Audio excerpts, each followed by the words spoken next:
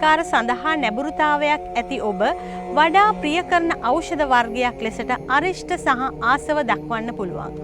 නමුත් මෙම අරිෂ්ඨ සහ ආසව ගැනීමේදී ඒ පිළිබඳව ඔබ වඩාත් සැලකිලිමත් යුතු බව දත යුතුයි. මෙම අරිෂ්ඨ සහ ආසව බොහෝ කාලයක් තබා ගත හැකි නිසාත්, ඒ වගේම ඒ වගේ ඇති ප්‍රසන්න රසය නිසාත්, ඒ වගේම මේ වගේ ක්ෂණිකව ශරීරයේ දක්වන ක්‍රියාකාරී බව නිසාත්, ආහාර රුචිය වැඩි කිරීමේ හැකියාව නිසාත් ආයුර්වේදයේ ඖෂධ අතුරින් ප්‍රමුඛ ස්ථානයක් ගන්නවා. බොහෝ අරිෂ්ඨ ආසව වෛද්‍යවරුන් නිර්දේශ කරන්නේ දිනකට මේස හැඳි 2 බැගින් දෙවරක් ගත යුතු බවයි.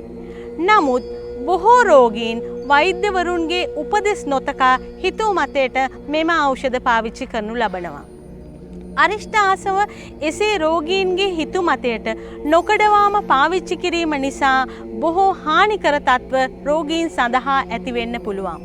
විශේෂයෙන්ම දිගු කාලීනව අරිෂ්ඨ ආසව සේවනය නිසා අක්මාව ආශ්‍රිතව බොහෝ රෝග තත්ත්ව පවා ඇතිවෙන්න පුළුවන් බව ඔබ දත යුතුයි.